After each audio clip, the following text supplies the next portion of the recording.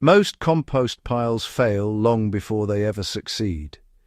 They sit there quietly, looking full of promise, yet week after week, nothing seems to happen. No heat, no breakdown, no dark, crumbly soil, just a cold heap of leaves and scraps, slowly losing momentum. Here's the truth most gardeners never hear in the first 10 seconds. Compost doesn't stall because you're impatient. It stalls because the microbes never got what they needed on day one. Fix that single mistake, and compost that once took 6 months can be ready in half the time. On Farm Basic, we're all about simple methods that actually work in real gardens, not lab-perfect theories. This old farm trick is one of those methods. It's not new, it's not trendy, and it's still one of the fastest, cheapest ways to turn waste into rich soil. Why most compost piles never heat up. At its core, composting is a biological process, not a stacking exercise. You can layer greens and browns perfectly and still end up with a dead pile. That's because the real workers, microbes, can't do anything without immediate access to two things: moisture and usable nitrogen. In most fresh piles, nitrogen is trapped inside tough plant fibers, and moisture hasn't soaked deep enough to reach the center. Microbes are present, but they're dormant, like an engine with no fuel. When microbes can't access food quickly, they don't multiply. When they don't multiply, they don't generate heat.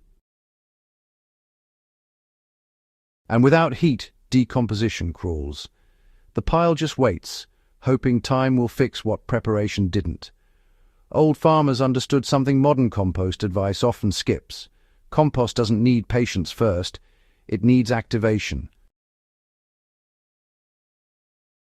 The real secret behind fast compost.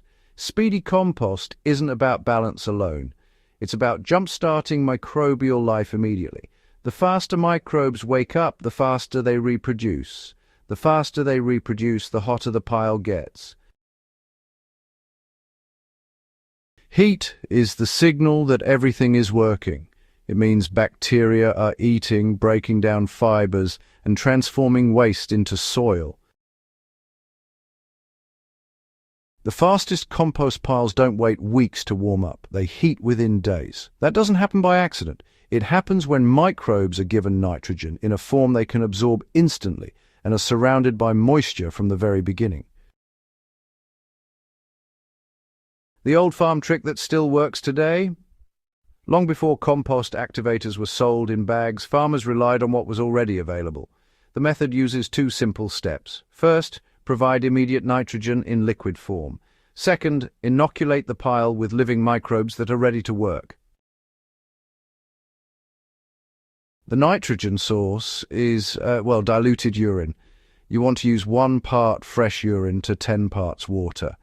That exact ratio really does matter. Undiluted, it's just too strong and can actually burn microbes, stall activity, and even create odor. But when it's diluted properly, it becomes one of the fastest acting nitrogen sources available. Microbes don't even need to break it down. For example, if you collect 1 liter of urine, you'll want to dilute it with 10 liters of water. If you collect 1 cup, just add 10 cups of water. Then pour this solution evenly over your compost pile as you build it or right after it's assembled. The goal here is to moisten the pile thoroughly, not flood it. You want it to be like a damp sponge, not dripping wet. The second step is inoculation. This basically means adding a few shovels of finished compost, healthy garden soil, or well-aged manure. By doing this, you're introducing billions of active microbes directly into the pile. Instead of waiting for bacteria and fungi to slowly migrate in, you're, seeding the pile with a workforce that's already alive and hungry. When nitrogen and microbes meet, this combination honestly changes everything. The diluted nitrogen solution penetrates deep into the pile, unlocking nutrients that were previously inaccessible. So, The microbial starter brings in organisms that, immediately begin feeding and reproducing. Within just a few days, the pile starts to heat up. And, well, that heat isn't just a side effect, it's actually proof of success.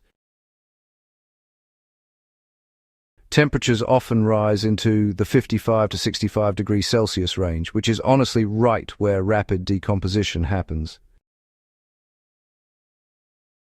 At these temperatures, tough plant material breaks down much faster.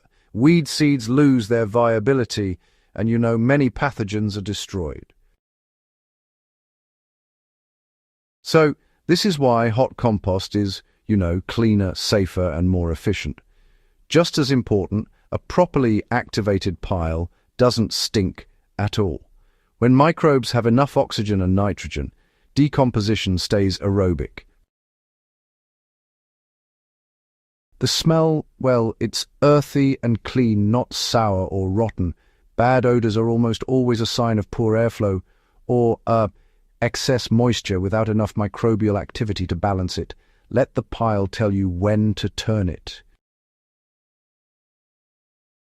One of the biggest mistakes gardeners make is turning compost on a schedule. Turning too early or too often can actually slow things down. Instead, let temperature guide you. When the center of the pile cools, that's your signal. Cooling means microbes have used up the easy food in the core. Turning the pile moves fresh material inward and reintroduces oxygen. This reignites microbial activity and sends temperatures climbing again. Each heat cycle breaks down material faster and more completely. You're not just mixing, you're resetting the engine. Airflow matters just as much as nitrogen. A fast compost pile needs structure. Bulky browns like shredded leaves, straw and small wood chips create air pockets that allow oxygen to move through the pile. Oxygen keeps microbes efficient and prevents anaerobic conditions. Dense, wet materials can smother the pile if used alone. Greens such as kitchen scraps, grass clippings and garden waste, they supply nutrients, but they need to be balanced with browns to avoid compaction. Avoid adding oily foods, meat or dairy. These don't contribute to healthy compost biology, and honestly, they often lead to pests and odor. Every time you turn the pile and rebuild that balance, decomposition accelerates. The pile becomes a living system instead of just a passive heap. Timing makes all the difference, This method works best when microbes can stay active. Cold weather, well, it slows everything down no matter how well you prepare the pile. Start during warmer months when temperatures naturally support microbial growth. Once the pile is hot, it can actually maintain momentum even through those cooler nights. But, it really needs that initial warmth to get going. After the rapid phase, patience returns to the process. Hot compost still needs a bit of time to cure. Let the finished material rest for a few weeks before, actually using it in the garden. So this curing phase, well, it allows the remaining biological activity to stabilize. And, it also prevents damage to those sensitive plant roots. Why does this beat store-bought shortcuts? Well, commercial compost accelerators may promise speed, but honestly, most of them add very little that nature doesn't already provide. This old farm method, it delivers exactly what microbes need right when they need it, and best of all, with no added cost. It respects biology instead of trying to replace it. Used correctly, this approach doesn't just save time. It produces richer, more biologically active compost. Soil built this way feeds plants long-term, improves structure, and holds moisture better than compost, made slowly and inconsistently. Composting isn't about waiting longer, it's about starting smarter. When you activate the microbial engine from day one, everything else falls into place. If this guide helped you rethink composting, make sure to subscribe to Farm Basic for more real-world gardening wisdom that actually works. Share this with a fellow gardener who's still staring at a cold pile, and let's bring old farm knowledge back where it belongs, in the soil.